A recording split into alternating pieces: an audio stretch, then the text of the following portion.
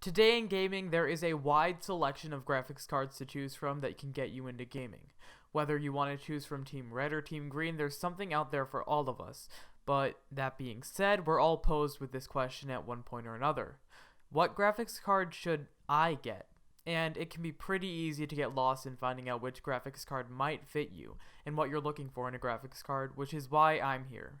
Hey guys, this is Nick, and in today's video, I'm going to be going over the best graphics card for the money in 2017. This video will consist of an analysis of different statistics comparing different graphics cards of different pricing and basing them on price to performance ratio. I'm going to be splitting this video up into three categories: budget end cards, mid-end cards, and high-end cards, and I'm going to be picking a winner from each category regarding price to performance. And without further ado, let's get right into the video. For the first part of the video, we have our budget and graphics cards. This section will contain graphics cards that are $75 to $150. There are hundreds of options for budget cards out there, but in this video, I'm going to be comparing the RX 460 2GB model, the GTX 1050, and the GTX 1050 Ti. For reference, the RX 460 2GB model was released with a price of $100 USD. The GTX 1050 was released with a price of $110 USD, and the 1050 Ti was released with a price of $140, which is the highest end card in this video. Without much more information, let's get into some statistics. PC Gamer has a great article up where they average out 15 games for every single card they test and put them up against each other. And according to PC Gamer, averaging the frames per second from 15 different games on medium settings, the RX 460 averaged 54.9 FPS, the GTX 1050 averaged 61 frames per second, and the 1050 Ti managed 70 frames per second. But what does this mean? Looking at it from a perspective of FPS per dollar you spend, the RX 460 has a score of 0.55 frame per dollar, the GTX 1050 has a score of 0.51 frame per dollar, and the 1050 Ti has a score of 0.50 frame per dollar. Note, the more expensive cards in each section will always have a worse frame per dollar just because of the value that the lower end cards give you. Because these cards are so close in their ratios, it just comes down to preference, and in my opinion, out of these three cards, I would personally recommend the GTX 1050 Ti. It's cheap, it's a lot faster than both of the other cards, and it performs well. And even if it does have the worst FPS per dollar, I would still recommend it because it's a huge step above both the RX 460 and the 1050, and it's just, you're paying about $30 to $40 more, which in my opinion is definitely worth it.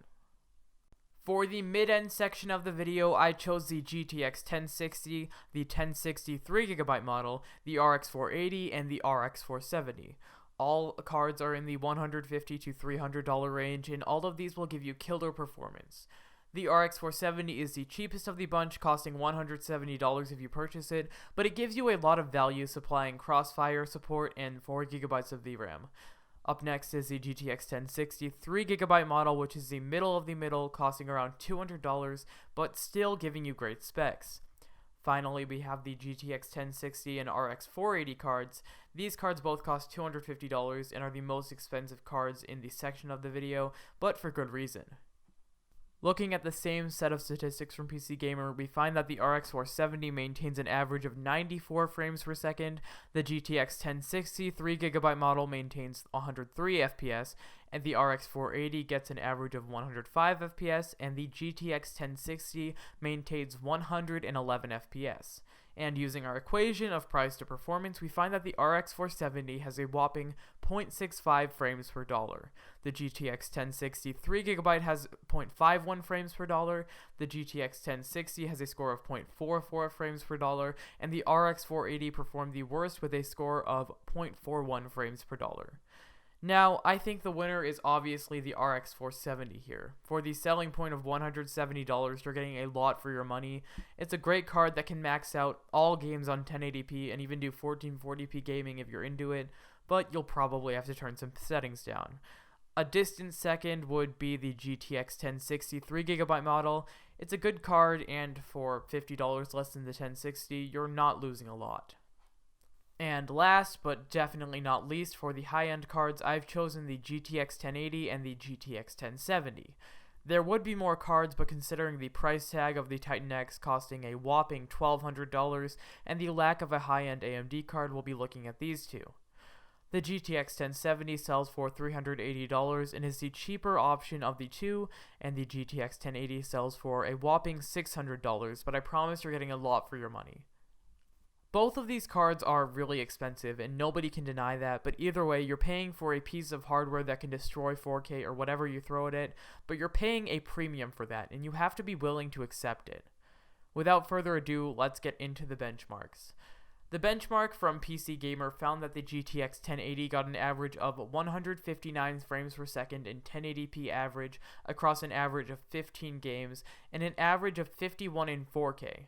The GTX 1070 got an average of 141 frames per second in 1080p and 40 FPS in 4K. Putting these numbers into our ratios, we find that the GTX 1080 has a ratio of 0.27 frames per dollar, and the GTX 1070 has a ratio of 0.36 frames per dollar, and I think that these statistics are close. And by close, I mean these cards are aimed at different people, different consumers. If you want to go all out and get a 1080 and get insane gaming performance for a premium, then do it, get the 1080. But if you still want to maintain a relative budget and still get amazing performance, the GTX 1070 is for you. Overall in this category, I'd say the 1070 wins, but there are also two different cards aimed at different types of consumers. Now, I want to talk to you about why I didn't include used or old cards. A lot of you out there are going to tell me that I could have gotten great deals on used and old cards such as the Fury X or the 780 Ti, or cards that were in this video if I bought them used. And I know a lot of the time used and old cards sell for cheaper, and if you want me to make a video talking about how cheap you can get older cards for, I will. But I tried to stick to new cards because I know the bad experiences people have had using used parts and getting used parts from eBay, and I've had those experiences too. So I stuck to new cards. The pricing on different cards in this video are the prices you can buy them for in new condition at stock performance. So I made this video new cards only. But if you want me to discuss old cards and the great value you can get old cards for, then go ahead and comment down below that you'd like a video like that and I will make one. So that's pretty much it. My personal favorite card and pick of the three categories has to be the RX 470. It's cheap, it's affordable, and it does insanely well in gaming and other tasks you toss its way. And compared to other cards, the price to performance ratio is probably the best on the market right now. It's a seriously great value card, and though I'm not a big fan of most AMD stuff, I definitely do think they did a solid on this one, so kudos to AMD for making such a great value card that performs so well. But for now, that's all for me. Tell me what you thought of the video down below in the comments. Tell me what you thought of the cards that I chose for this video. I really did try my best to choose the best cards out of each category, or the best cards in my opinion that I thought did the best in each category and suited each category the best, while also remaining and sticking to my new policy of only using new and stock price cards. If you like this video, make sure to leave a like. If you didn't, you can leave a dislike. I don't really care. And for now, that's all for me. And again, tell me if you want a used card video down below in the description. Bye, guys. And one more thing. I just need to thank you guys for all the recent support that I've been getting. My channel has been growing at an insane rating. Just a few weeks ago I was at about 30 subs, and now I'm at 90, almost 100, and I've gotten 10,000 video views, and it's just, I'm amazed at how fast my channel is growing, and most of that is due to you guys. And I'm sorry if I'm talking really low right now, I'm a little bit sick, but I just wanted to thank you for all the support I've been getting on the videos, and I'm glad that you guys are liking my videos. Again, I did not expect any of this when I started my channel. I just thought that it would just be something fun to do in my free time, but thank you all so much for supporting this channel and supporting what I do. It really does mean a lot. So, thank you, and now that's all for me. Bye, guys.